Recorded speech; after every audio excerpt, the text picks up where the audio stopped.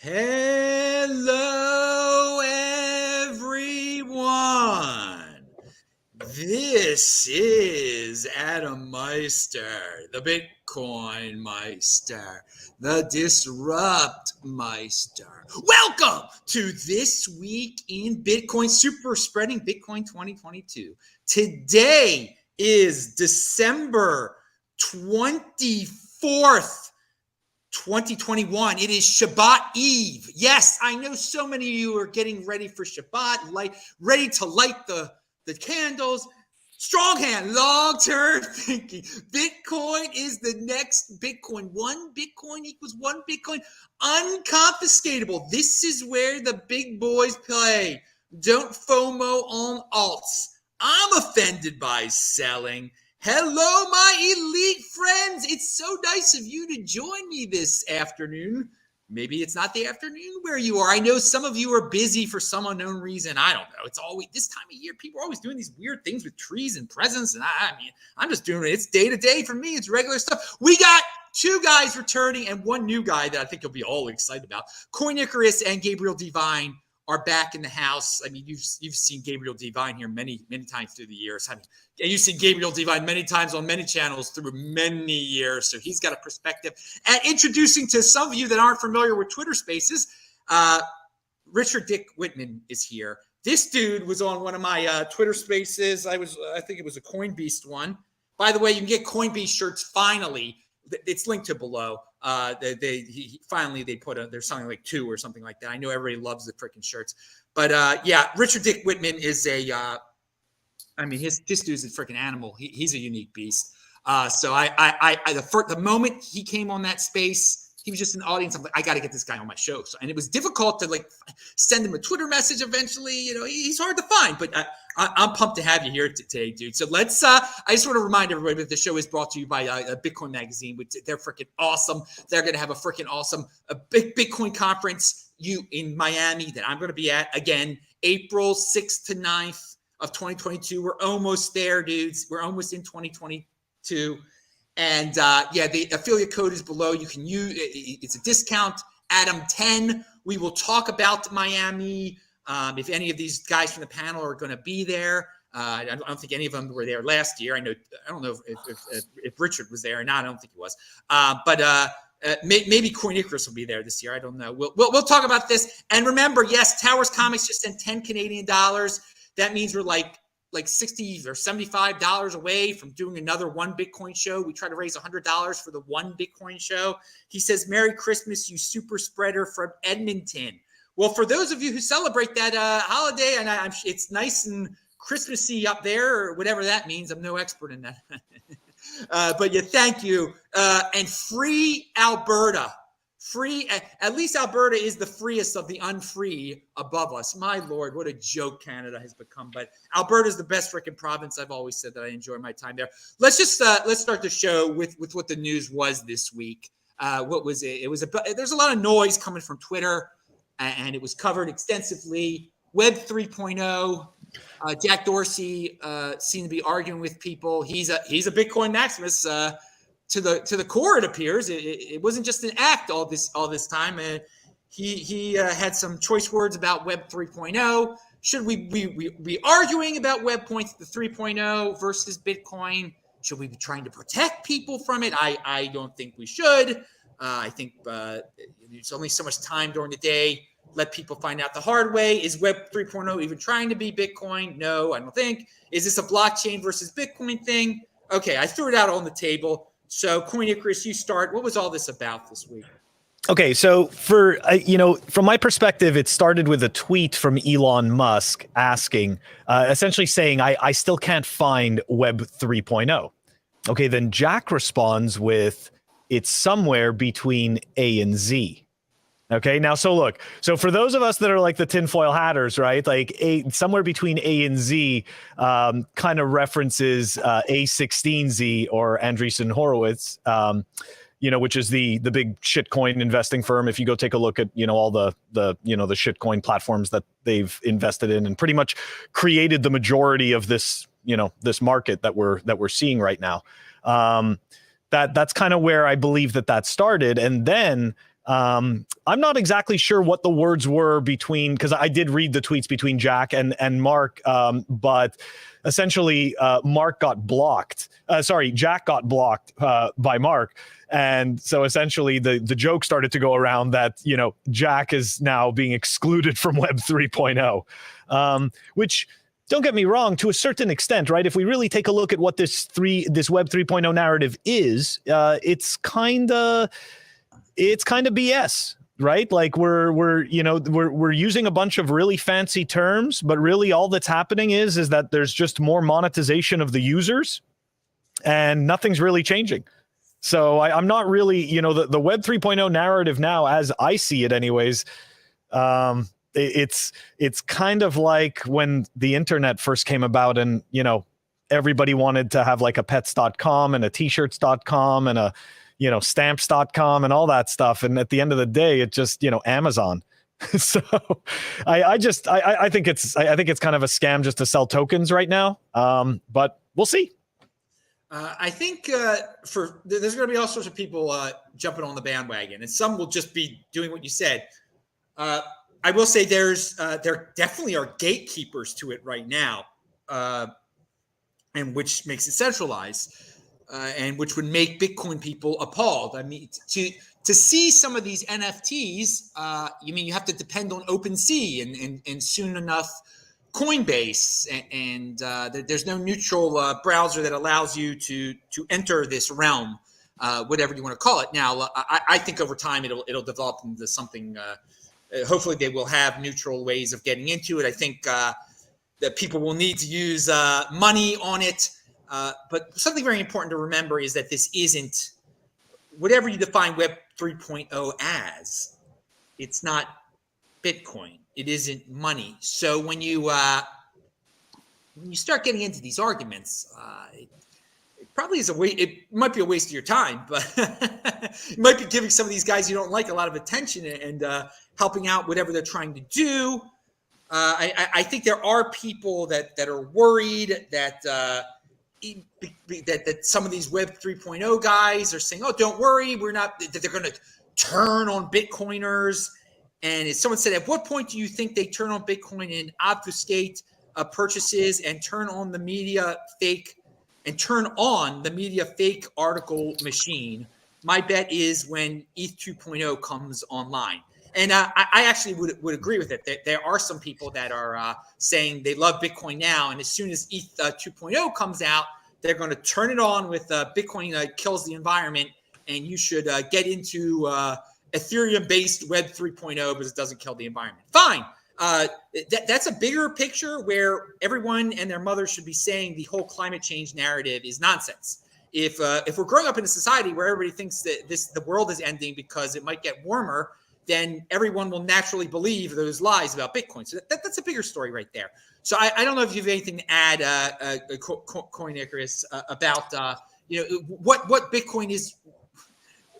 I have something to add on that. Like, I personally think they already are doing the FUD with Bitcoin. I mean, you see these websites like CoinDesk, and in the articles you sent, you displayed in this, podcast or this episode are basically, to me, they read like FUD against Bitcoin. And the sites that are doing it are Decrypt, CoinDesk. I mean, these websites are supposed to be pro. They started off as pro Bitcoin. They started, they made themselves out, from Bitcoin. Bitcoin is what, cascaded them into prominence. And, the articles they write, they're very, very ETH biased, and they're very, very anti-Bitcoin. And they constantly, reference these false negative, these false talking points that FUD Bitcoin. So I personally think the ETH people are already doing this. I think Vitalik's a big part of it, and I absolutely do think the people selling these NFTs are being paid by Vitalik to do so. I think it's an influencer game, and I think it's dishonest. Well, I think the whole Web 3.0 is going to be about who can be the biggest influencer, who can exactly be the biggest brand on this in this metaverse, but they're not hiding that fact. It's all about being branded in the metaverse. And this one article you sent, with Jack Dorsey's beef with Web 3.0, what is it really about?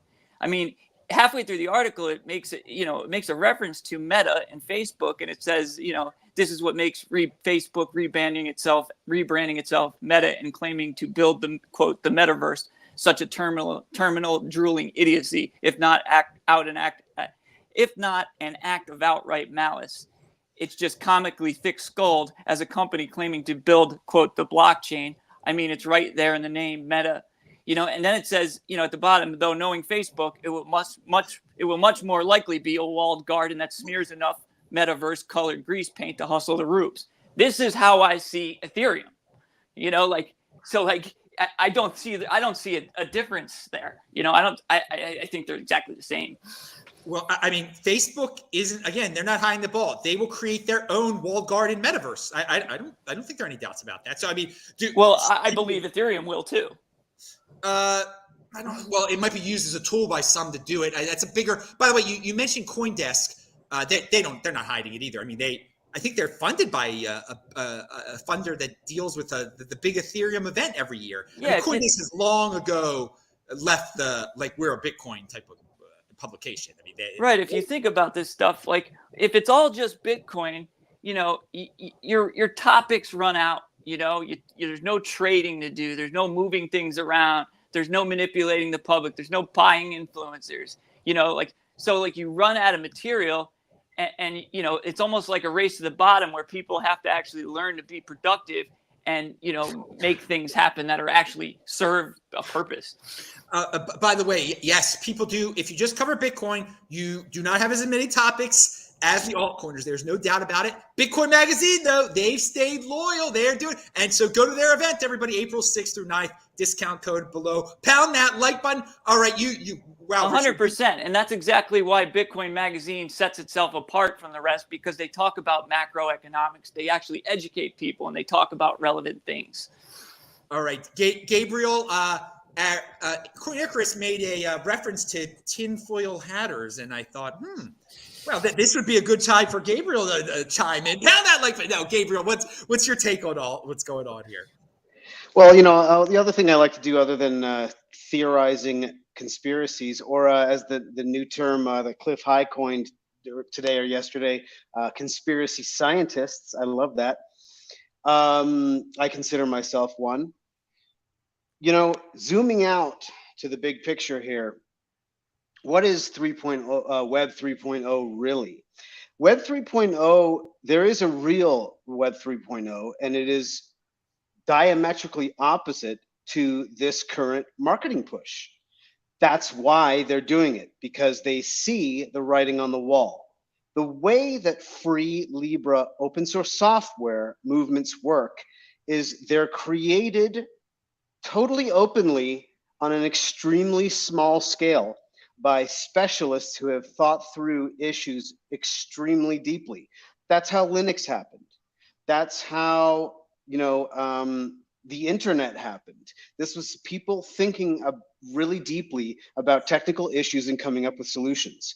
And for the last, say, 15 years, BitTorrent and Bitcoin and many other projects since then have been creating the real Web 3.0, which is the true decentralized web. While you may argue that internet technology is decentralized, TCP/IP, certainly the web is not. The web domains, for example, are a centralized service that used to be completely in control by the US, ICANN, the domain authority, operative word, authority. The network society that's coming this century has no authorities.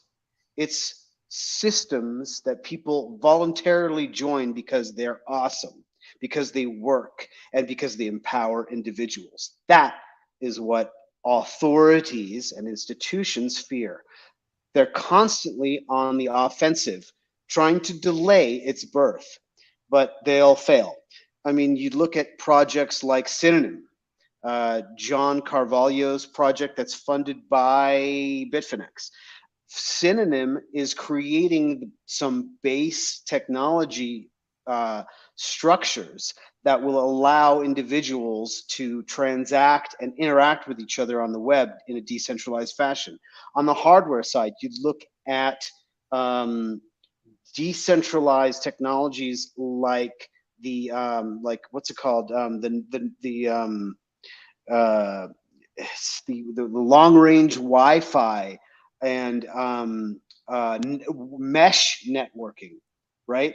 These companies are creating ways for individuals to opt out of the current system, which has large internet service providers gatekeeping access. Now, nation states are only just beginning to leverage their power in influencing internet service access. But in China, for example, the Great Firewall, they clamp down so that they can use, authorities clamp down on the internet so that they can use it as a one-to-many platform, but it's not going to work. There's too much many-to-many communications already, and they will all fail. Authorities, institutions, all will fail this century in the face of the real Web 3.0, which is sovereign individuals controlling their own destiny with decentralized nodes that they control completely. All of this technology is simple compared to the breakthroughs of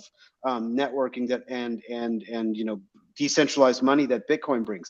All of these projects are fraudulent. Ethereum is complete fraud.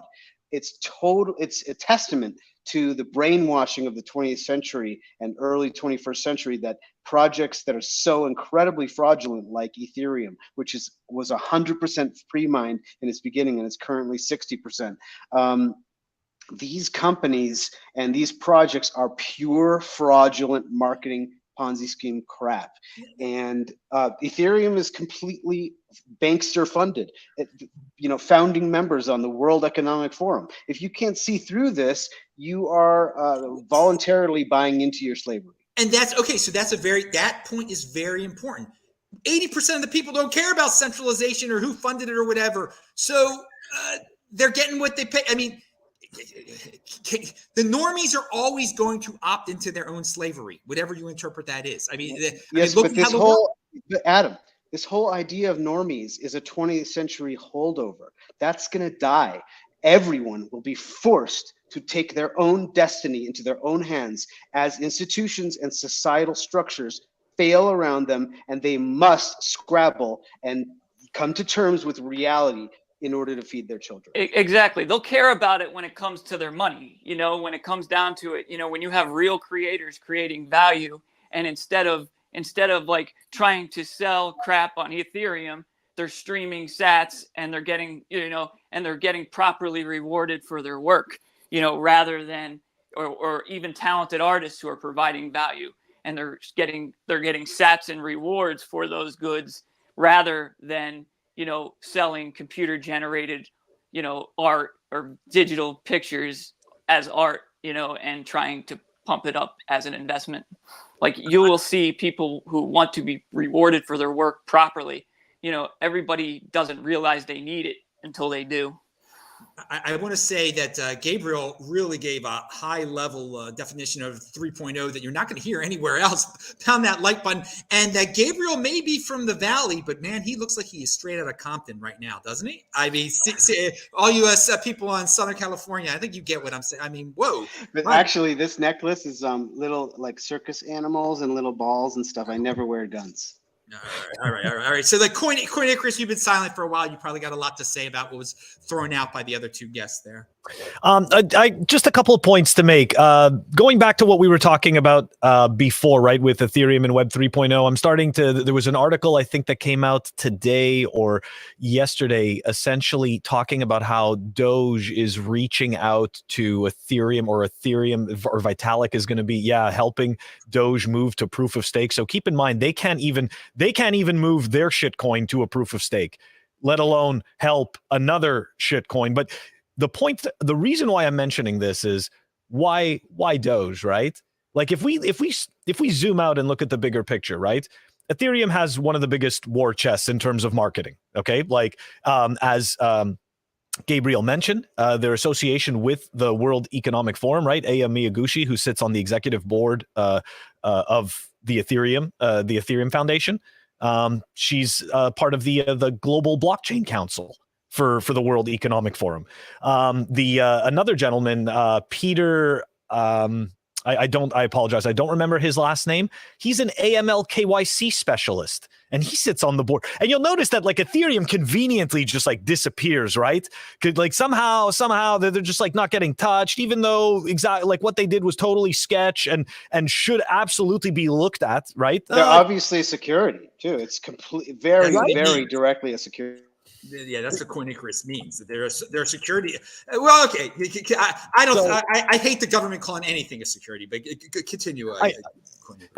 Yeah, so exactly, right? So we know, right? Like we can see they're conveniently being looked over. So to me, I think that the attack, right? If we go back to the points that were being made a little bit earlier, the attack on Bitcoin from Web 3.0 proponents, right? From not crypto.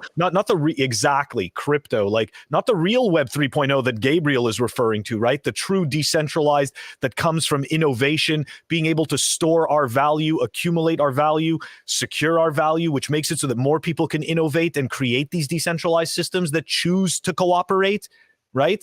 Like that's like this whole thing, this other thing that they're selling. This is it's all centralized crap, as Gabriel and both Richard said, and that's it. It's just it's a Rube Goldberg machine, right? And it's going to suck people in because people don't know any better. To go back to Richard's original point, there's so much unlearning that has to be done about the broken money and what is wrong with money and understanding our value and stores of value and time value. So it's like, this is a huge rabbit hole for people to go down, and they have to be willing, or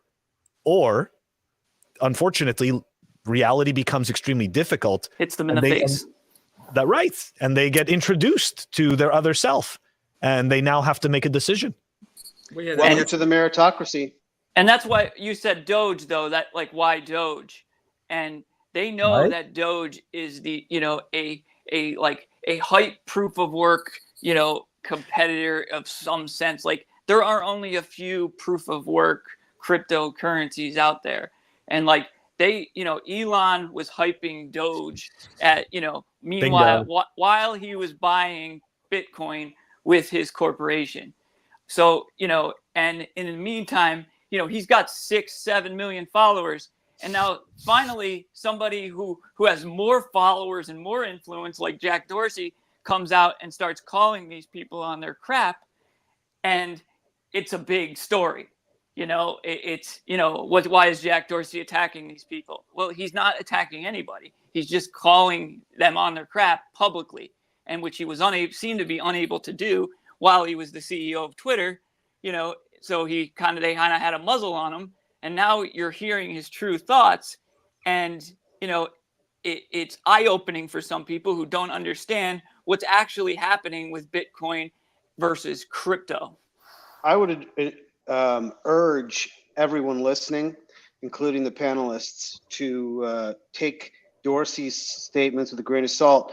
This space and in general the world, society and culture, there's been a real spate of infiltration for maybe hundreds or thousands of years. So be really careful with your hero worship. Michael Saylor, Jack Dorsey, all these guys have real sketchy backgrounds. So CoinDesk. Always trust, always verify, don't trust. I mean, of course, nobody's saying a hero. I'm specifically speaking about the content of this, his messages.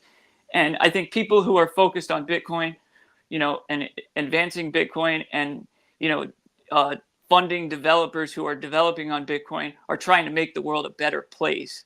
And this is the problem for some of these other people who are funding Bitcoin. Well, Gabriel, again, makes a real good point. There is a tendency in the Bitcoin space to put every big name that jumps on the bandwagon on a pedestal immediately, blindly worshiping them. I've said, do not pedestal these guys. I will say this, Alex Svetsky talked with Dorsey one-on-one behind the scenes or something. He seems to believe him. But I mean, again, that's why I don't make too big a deal out of these controversies, because it's, where Jack wasn't so, when he was getting funded by the venture capitalists, when everything depended on them, he didn't speak up. Now he speaks up, whatever. And it's understandable. He was in charge of a big company and he didn't want to lose his funding. Now he's changed his tune a bit, but from what I've heard, he really does like Bitcoin. And hey, that shouldn't be the reason you buy Bitcoin, dudes, because Jack Dorsey decided to really like it publicly. Again, you got to think for yourself here. Don't. Yeah, it's not about, buying Bitcoin because Jack Dorsey likes it. It's about buying Bitcoin because it is better technology. It is truly decentralized technology. It is true individual empowerment. It is not some walled garden, centralized, VC funded, VC controlled, they make the rules type of kingmaker system. I did feel I had to step in when you said something about true thoughts, so that we don't know anybody's true thoughts. We can assume it. We can assume it with Adam. Hopefully with me. Fair enough. Because we're not famous. We don't have a big platform. It's less likely that we're going to have an ulterior motive. So always take a grain of salt here. We are all Satoshi.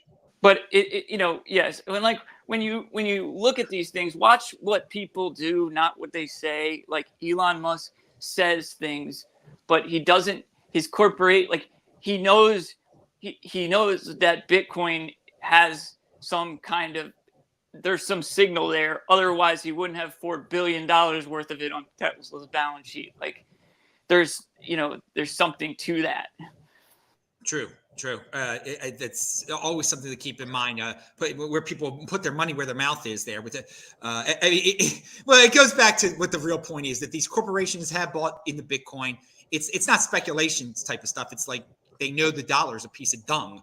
They want to preserve their wealth, which is like the basis behind Bitcoin, a very simple basis. But most people aren't satisfied with simplicity. They do like the complexity of with these corporations, Facebook, whoever, these little metaverses they're creating out there. And everyone's going to have to find out their own way. I'm not trying to be the savior of the world here, because I know you're wasting your breath. It's, again, I go back to Alex Svetsky and his Remnant article. It's there's a small percentage of people who know what they're doing, who don't need the assurance of they don't need to fit in. And at the same time, they're not going to waste their time preaching to a bunch of people who want fancy sets and graphics. All right, but let's move on. This we could go on and on and on with this topic. That's you could a 24-hour marathon if you wanted to. But let's. Anyone else have anything to say about before we move on with Corn Icarus? I think you wanted to explain the. Anyone before we move on from this topic, any big things to conclude with? All right. I just wanted to say one thing, okay? Is that I think that ETH and Doge are colluding to attack Bitcoin, which is totally garbage. But I think that that's exactly why that is happening. That article that I read, I think that that's why they would work together, because that's why. And most of that stuff, like the reason they're able to use that is because they act like they're not trying to be money, but they are trying to be money at the same time. Yep. And the way they do it, we are doing great. If ETH and Doge are our worst worries, that's the best Bitcoin they got, right? But the way they sell it to people is, to the rude public, is they say, well, you're getting a cheaper Bitcoin, and they don't actually come out and say that, but they convince people that they're buying the next Bitcoin. Well, there is no next Bitcoin. You can't recreate Bitcoin. It just say it, Adam. Say it. Bitcoin is the next Bitcoin. Bitcoin. Pound that like button. Pound the like button. Yeah, that's one of the famous sayings there. Bitcoin is the next Bitcoin. So you can put that next to a face, with your mouth open, and Yeah, people have done it before. There's all sorts of sayings that come out of this. All right, now, but bigger picture. Proof of work versus proof of stake. That yes, there are plenty of proof of work people that are just proof of stake people. Excuse me, that are just waiting. They are waiting to bring that energy. If you think you've seen this climate change energy FUD with Bitcoin now, you ain't seen nothing yet. But again, that's why this is a greater societal issue where we the whole world is being convinced that the world is ending, and we'll get to that subject matter soon, because many people thought 2021 was the worst year in the history of their lives, and it's partially because they believe that the world is sick and the world is warming up and they're going to drown or something. But if you understand that that you don't have to worry about the drowning in the Atlantic Ocean, then you won't buy into the nonsense you're going to hear about proof of work. But all right, so let's move on to the story. Despite the rising adoption, 27% of Bitcoin supply is held by 10,000 whales. I mean, the bottom line for me is this: anyone can buy Bitcoin now. And I've been telling people to buy Bitcoin since 2013. It's going to get distributed in some uneven way, because if it was totally equal, it would be totally manipulated, totally centrally controlled, blah, blah, blah. It's there's the 80%, 20% rule. I mean, the 20% are always going to control 80% of everything. All right. It's just that there's some people that are more proactive, that are in motion. But I mean, here's the deal. If you're so worried about numbers, you can twist numbers any way you want to. I mean, I made a video in 2015 when Bitcoin was like 400 freaking bucks. And I said that 300,000 people in North America are going to become millionaires because of this thing. Okay. So does anyone ever give the number? You know, they like to say what percent of Bitcoin is held by whales. Do they ever talk about the people who were just regular middle-class guys at the beginning of this, like me, that are freaking multimillionaires now?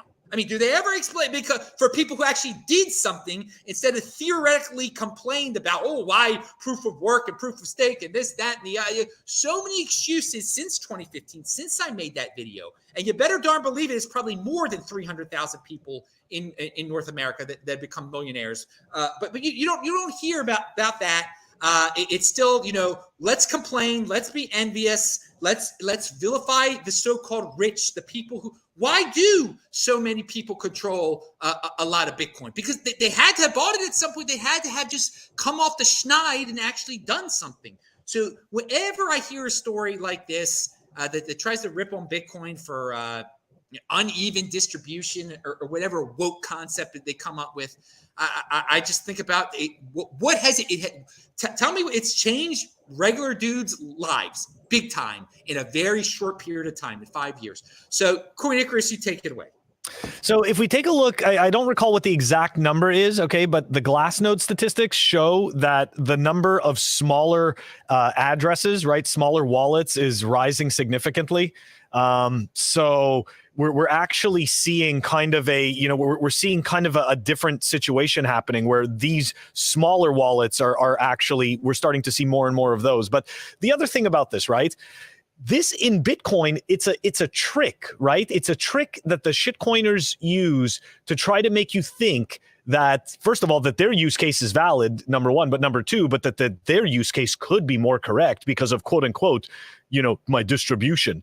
Which, don't get me wrong, every single one of them is centralized, so I don't understand how any one of them can make any type of claim. But let's go back to this for a second. Having more Bitcoin doesn't make it so that you have more power over the network in any way, shape, or form. Whereas a proof of stake network, the more you have, the more you stake, the more power you have over the network. Especially, especially stuff like, like EOS, like that's like where there's like governance tokens and stuff like that. It's like all of that is extrapolated away. The whole point of Bitcoin is that we take this out of, we've proven as humans that we're incompetent. Okay. We're not good at handling money. We're terrible with power. We're terrible with control. We're living proof of these things. So we take this out of the humans, right? We put it into the network and we let the network do what it's supposed to do. And we just create value around it. And for some odd reason, people just keep creating these stupid narratives to try to shill these garbage wannabe Bitcoins. Exactly. It's a really important point about there's no power, having so many, the rich controlling a lot of Bitcoin, that doesn't influence how Bitcoin works. But in the other, in proof of stake, heck yeah. So it's weird that they're using that argument. It confuses everyone.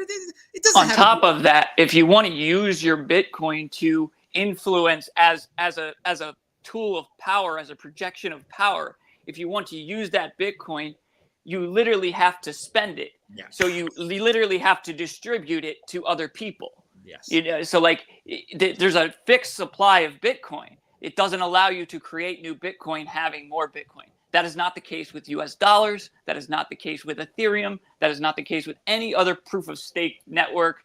You know, that's the underlying message here. You know, this is on Decrypt, you know, a cryptocurrency website. Well, you know, this is something they should be understanding and explaining to people, but they're not. Oh, wow. That was really a huge point. Pound that like button. If you want to influence with Bitcoin, you got to spend the freaking Bitcoin. That's such a good point. All right. Best guest in the space. Gabriel, your take on all this. Oh, thanks, Adam. I appreciate that. You know, I'd like to look at the unspoken assumptions behind this article. As usual, big picture, right? The big picture is the assumption that even if this were true, which of course in comparison to fiat, it's completely false. There's like, you know, whatever 300 families that are multi-trillionaires and they control whatever, you know, this is not 80-20 rule. This is the 0.0000001% controlling 99.9999%, you know, rule. So this, you know, compared to fiat, Bitcoin is extremely distributed. But even if it weren't, let's look at the assumptions here. The assumption is that it's bad that goods are unevenly distributed, when in fact the truth is quite the opposite. Uneven distribution is good for humanity. People who work hard are gonna deserve that stuff because they're gonna do cooler stuff with it. They're gonna do better stuff with it. The leftist communist assumption that power is always bad and that anybody who has it is bad and it has to be taken away from them is a fiat result. In other words, the whole idea of rich people being bad or powerful people being bad is a result of a corrupt system which gives people who didn't earn it that power and money and wealth.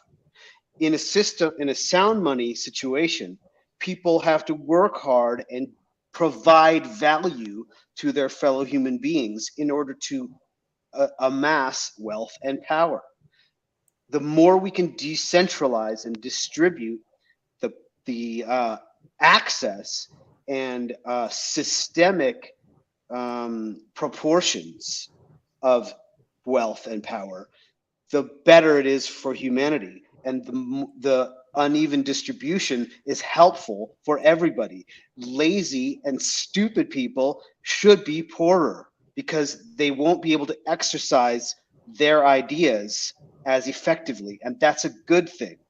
Now, I'm not saying that people should be starving in the street and, you know, not have any access to healthcare and stuff, but in my opinion, you know, this is a belief that I have based on many facts, but you know, it's not something that's necessarily provable in a scientific A/B test per se in society, because it's not possible to do that. But I think that when, you know, smart, intelligent people get rich, they donate and they take care of the unfortunate. This is a good thing for humanity. The ideas underpinning this article assume, and they're speaking very much to people who have been programmed. This is nearly all of the West. They've been programmed throughout their lives to assume that communist propaganda is true. The communist propaganda is uneven distribution is bad and you should use guns to force everything to be as even as possible. Yes, there's a difference between charity and altruism, and you know, there's a difference between charity and altruism and rewarding people who don't provide any value, who are just parasites who suck up the system.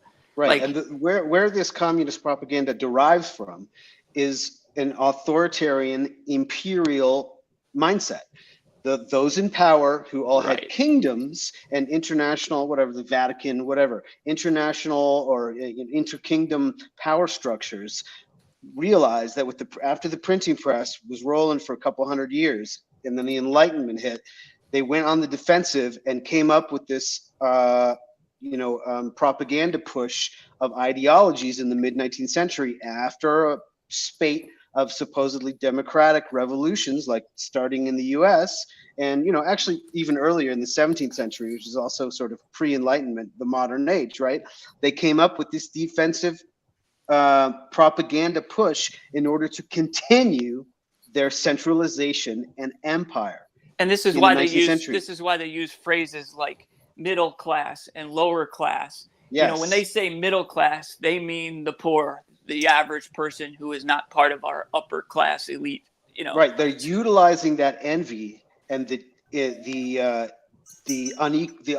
inequality that they created to create a marketing push in order to fool the public into supporting empire. Exactly. That's exactly what communists is. And communism is exactly the same as fascism, but just with a different marketing push. And when they from use an the opposite perspective. When they use the phrase middle class, they speak to everybody, because people who don't know any better believe they are middle class. So how do you define the middle? And they use that for a reason. They don't, who's really been underserved by the fiat monetary system is the working class, people who work for a living and provide value to a business, to provide value to their community, who actually, uplift society by providing their work. And they should be rewarded for that work with proper money that holds its value and can't be debased away by the elite class who have control of that money and decide how it gets distributed and who it gets distributed to.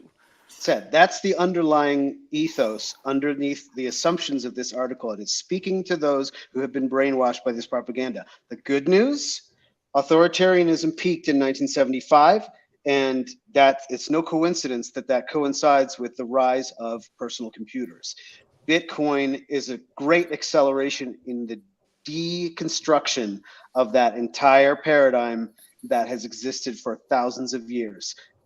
Everyone be optimistic. The 20th century is here, and we're coming back to reality. Right.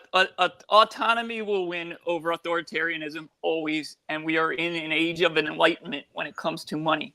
And people are, slowly but gradually learning how money works and how it benefits them and how it hurts them. And that's why Bitcoin is growing, because the more people learn what sound money is, the more Bitcoin grows in adoption. It's actually extremely fast, but can seem slow to us who are already turned on, and we're waiting for everybody to catch up. Right. I mean, it'll seem fast because Bitcoin is not a one-to-one, person-to-person growth. It's a monetary network. So somebody with a lot of money who sees things earlier and understands that can buy in sooner. So somebody with $1 billion can boost the network a little, boost the price and the overall purchasing power of Bitcoin in the short term quickly. But these things always cycle out. But Bitcoin naturally grows from the bottom up. I want to point out, if you guys rewind this a little, when Gabriel started talking on the subject matter, he really gave a pretty good definition of capitalism, of true capitalism, versus the rent-seeking situation that has developed in the current economic system in the United States is basically it's fascist in many ways. People ask for favors for the government. Well, don't regulate me, regulate him. You pick winners and losers. So it's create this bridge that you force everyone. That is rent seeking. But so many people have confused rent seeking with capitalism. Crony capitalism is capitalism to the majority of people, and that just isn't true. So that's very, very intentional.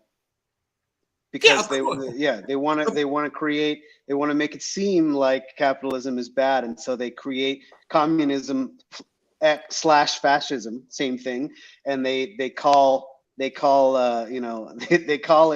capitalism. So it's like the bottom line is the more they debase the money, the harder it is to achieve true capitalism, where humans cooperate to build things and create things that better humanity. Yeah, well, I mean, again, people have done it, like the Klaus Schwabs of the world have done a very good job of vilifying capitalism and, saying that he's got an answer, to rebuild the whole darn world. But what they've been vilifying is something that Klaus Schwab wants to bring in but much worse, much worse crony capitalism is what he wants to bring in. But he's calling the current version of because it'll benefit him and his buddies over there. But in reality, it's not possible because the more they debase the money, the less purchasing power it is, the less control it has over people, and the more chaos you see, in society. So I mean, it's not possible in the long run, maybe, but he was the only man on earth using the term build back better at one point. And now every single leader on this planet, including the president of the United States, uses that disgusting term that freaking German made up, 2 years ago. Okay. So, I mean, in the long run, I pray to, we're in the Bitcoin overlay. We're safe. Okay. But the reason they need this propaganda is because, the money is being debased and they have to keep people confused and keep people, thinking that they have solutions when they don't. It just baffles, and this is where we're going to get into this was the worst year ever type of thing, because Klaus over there said this was the worst year ever. Everybody there's all these people that think this was the worst freaking year ever, but it just it's so like in a rational world people would laugh at this dude. I mean, he seems like he's the worst year for Bitcoiners. A German caricature from the 1940s. He seems like he's straight out of that. And it's not the worst year ever for people who kept their head down, worked, and stored their money in Bitcoin. And as they made it, stored it in Bitcoin, in sound money. So everybody who kept their nose down, kept working, kept grinding, kept saving their sats, it's one of the best years ever for them. And they are thinking for the future, not the people who are pushing these propaganda campaigns. But guys, let's go back. Coin Icarus has been left out of the discussion. Before we move on to a survey where an incredible amount of people said this was the worst year ever.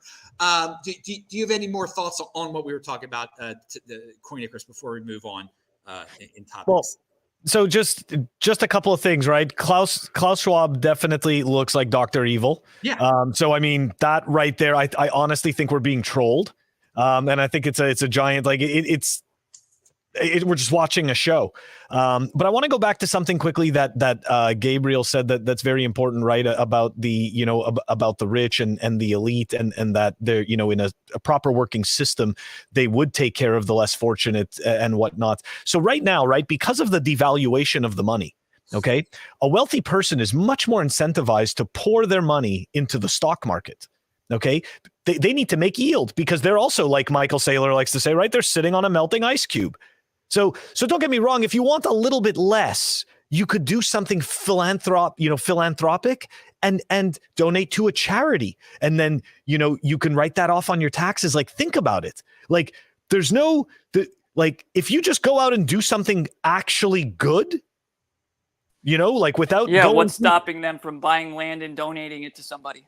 Right? Like I'm just saying, like, it's the most ridiculous thing, right? So instead, you're more incentivized to pour your money right back into the system and to keep it going. And that's also within the best interest of the central bankers.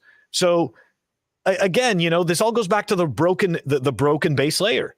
We have the broken base layer, we have the broken incentives. So the wealthy can't, the elite can't actually be, quote unquote, so to speak, elite. The word elite itself has been changed.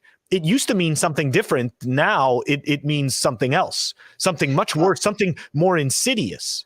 Yeah, I highly recommend. Well, that's more communist propaganda. It's wonderful to be elite, right? You want to be good. You want to be great. Yes. You want to help the world. I highly recommend anyone who's interested in this topic and why the motivations work that way for sound money versus fiat money, like what Coin Icarus was referring to. Highly recommend everyone check out the immensely informative and terrific presentation by Jörg Guido Hülsmann on YouTube. The title of the video is very easy to find: The Cultural Consequences of Fiat Money. Terrific talk. Agreed. I highly recommend it. Everyone check it. Amen. That's incredible. All right. So you guys all checked out the article there was some survey, and who knows how accurate it is, but I got to agree. It didn't shock me that like an incredible amount of people thought this was the 2021 was the worst year ever. Half of it was, let's see what it says. Half of Americans I can't even get the thing. Whatever it is, it's linked to below. By the way, all these guys are linked to below. Follow them on Twitter. We only have 15 minutes here. We got a hard stop in 15 minutes. Here was what's it say? 2021 was calling worst year ever. Lies the survey of 1,000 adults conducted. All right. So a lot end of year reflection on many subjects found that 53% feel 2021. I can't even keep this darn article open. Was the worst year ever. I guess this was. It's weird. The article won't stay open here on my browser. But for me, when I read this, I'm like, God, why do they think this? It's what the TV tells them. I mean, for me, I've said this many, many times. These last 2 years have been great. I haven't let the media scare me. I've lived my life. I've done very well with Bitcoin. I've gotten more Bitcoin than I had at the beginning of 2020. I have more now than I did. And that's what you always should aim to have, by the end of a 2-year period, or by the end of a month, by the end of a year, whatever you time it as. But it's the people who haven't, who are just worshipers of the TV. It's sad how they can be manipulated so easily. And I just, I wanted to hear what Bitcoiners had to say about what do they think about people that think 2021 was the worst year ever. We're living in such a comfortable, technologically advanced time. So you already said, Richard, you gave your take on it. So we'll let you chime in at the end, though. Gabriel, what's your take? I have to say, from as a subjective, experiencer of the last couple of years of, what do I want to call it? Extreme fear propaganda and medical totalitarianism. For me personally, it's been a wake-up call as to the sheer depth of weak-mindedness among the populace. So it's really good for those of us who were not asleep and did not buy into the fear porn and do not believe the lies about, whatever bioweapons, fake medical processes of any type. For those of us who didn't believe that, I think a lot of us, some of us were really with it and we're like, yep, I knew the populace was going to buy it. I was more optimistic, and really it was a wake-up call for me to realize, wow, I'm a lot more skeptical than the average person, and they're all buying into this. They're believing that the propaganda being shoved down their throats about science rather than actual science, which is of course about skepticism and continuously reviewing beliefs and theories, and that's why there's only hypotheses and never truths. And yeah, it was just a real wake-up call for me to recognize the extreme depth of brainwashing that was present among the populace. On the optimistic and wonderful side, those brainwashed people are getting woken up faster than ever. This phrase, the Great Awakening, I really think that is the counter to the great, quote unquote, Great Reset, which is not a reset, but just a further deepening of power structures and greater gathering of power at the very, very tippy top. So we have these two narratives fighting it out, and I'm quite optimistic that the Great Awakening is winning out because, as Coin Icarus just pointed out, these cartoonish, villainous characters are far more obvious than they ever have been, and the just straight up illegal things like lockdowns, Nuremberg code, direct violations, and then coming out, so saying, okay, you have to take a medical treatment, mandatory, or you risk imprisonment, or we're going to come and like literally hold you down and jab you with a needle, and then coming out with an announcement like, hey, we should like repeal the Nuremberg code, like that. Those type of extremely obvious authoritarian moves, I think, is a great thing to wake everybody up. And I think Coin Icarus really has a very salient point in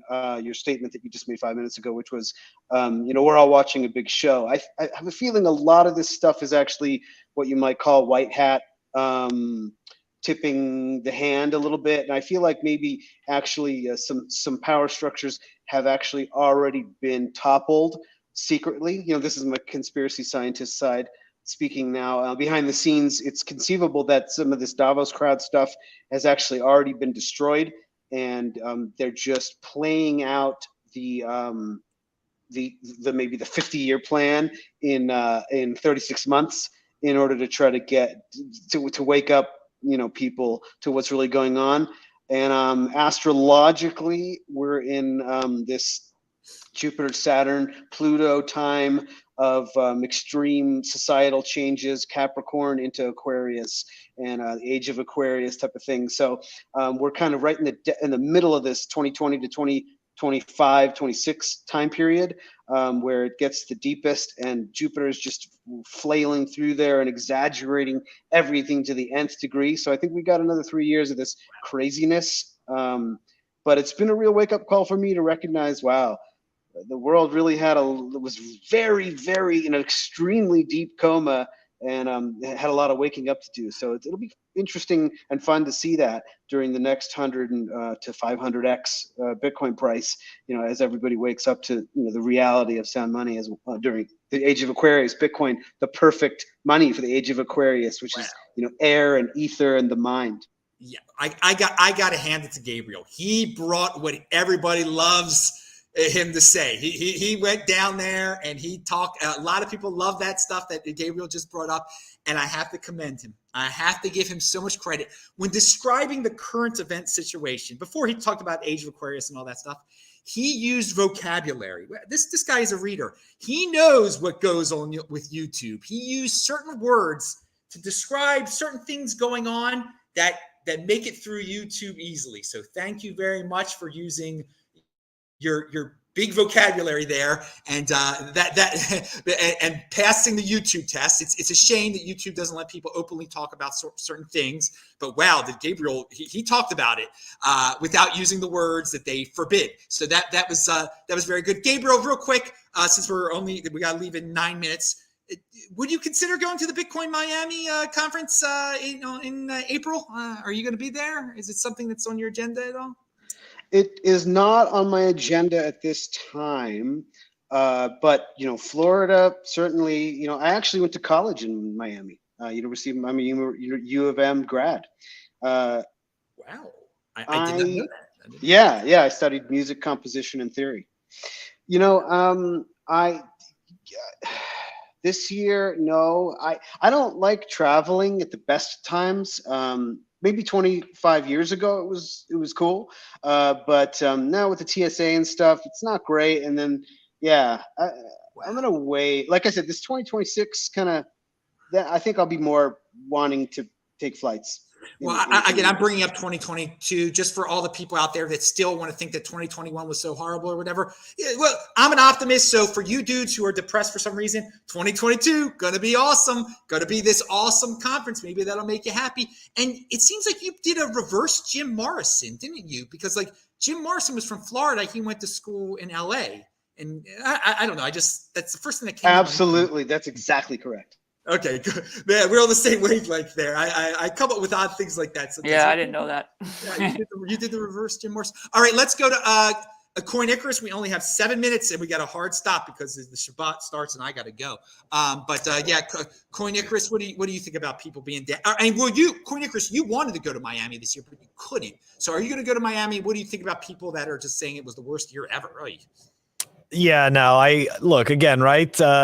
Gabriel totally destroyed it, right? I think he gave a fantastic overview, and all I can do is attempt to sprinkle something on top of the cosmic stuff he said, or not necessarily on top, but maybe to the side. And that is, we're definitely experiencing what seems to be a conscious awakening, right? Not just talking about, material things, but there's definitely a lot more people which are way more receptive to ideas, at least even in my own personal circles, which weren't before. And Bitcoin, truly, to his point, right, about, the air and ether and, the fact that it's digital, it is a perfect asset in terms of that symbolism with quote unquote the Great Awakening, because right, we've kind of been in a dark ages of money, and like Bitcoin is kind of like bringing us into that the light ages of money, right, where we accrue the value, where the value accrues in the in the network. But just to finish with the about 2020 and 2021, sorry, being the worst year, I think that there's also for a lot of people, right, if you were actually paying attention to the news and you were buying all of this, like, essentially all of the quote unquote handouts are ending, and the bad news is still coming, and it's getting worse.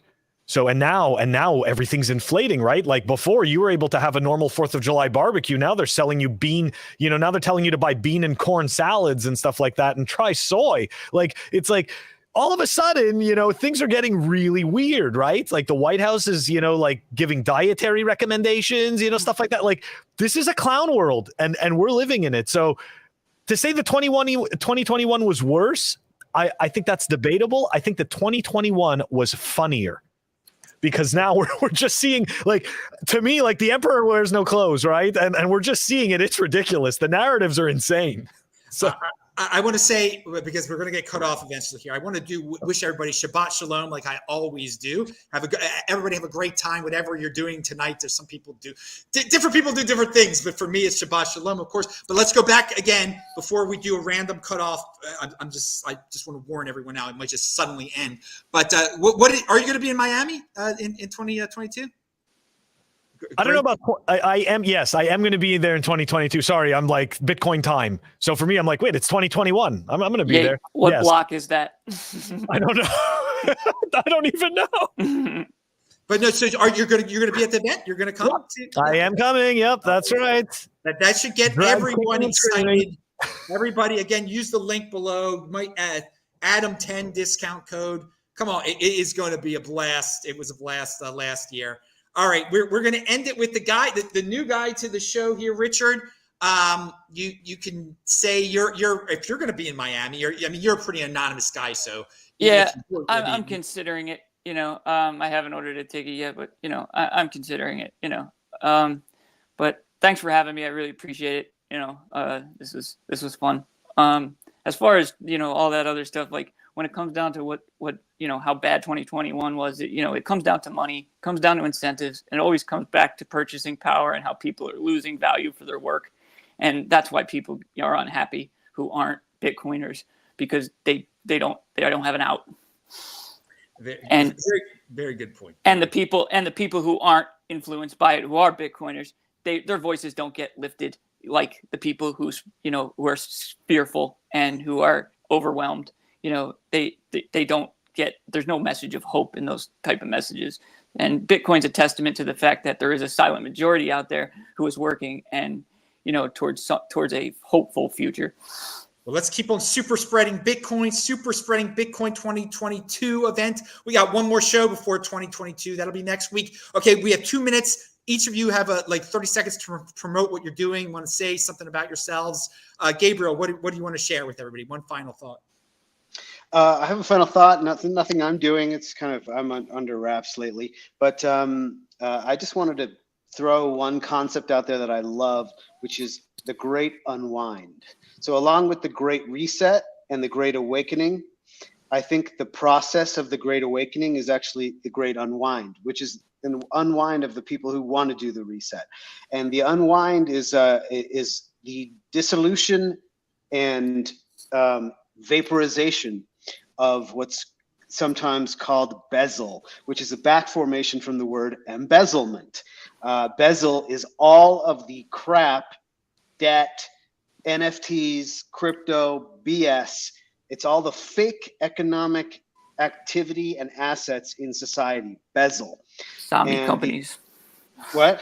Zombie companies, correct. Zombie companies, Zaibatsus, governments, central banks, fake educational institutions. Our society is enormous bezel. It's some huge proportion of our supposed wealth is actually fake bezel. And the great unwind is Bitcoin swallowing all that and simultaneously destroying it. We've got at least 20 years to enjoy the great unwind of the total destruction and extirpation of this debt bezel paradigm. Enjoy it. All right, Coin Icarus, you got a podcast. Talk about it or anything else you want to say real quick, 30 seconds. Okay, super quick. I am the co-host of the Bitcoin only Simply Bitcoin podcast and a fellow Bitcoin pleb. Thank you so much for having me on. And it was great to be a part of this panel. And, happy holidays to everyone. Follow all of them. All three are linked below. Richard, one final word or anything you want to say? Happy holidays to everybody. If you're benefiting from Bitcoin, my only suggestion is to help fund core developers. All right, dudes. Shabbat shalom. Pound that like button. I'm Adam Meister, BitcoinMeister, DisruptMeister. We'll see you next week. Thanks for the donations, everybody. Have fun times with your families, whatever you're doing this weekend. Thank you, everybody. See ya. Bye-bye. Shabbat shalom. All right.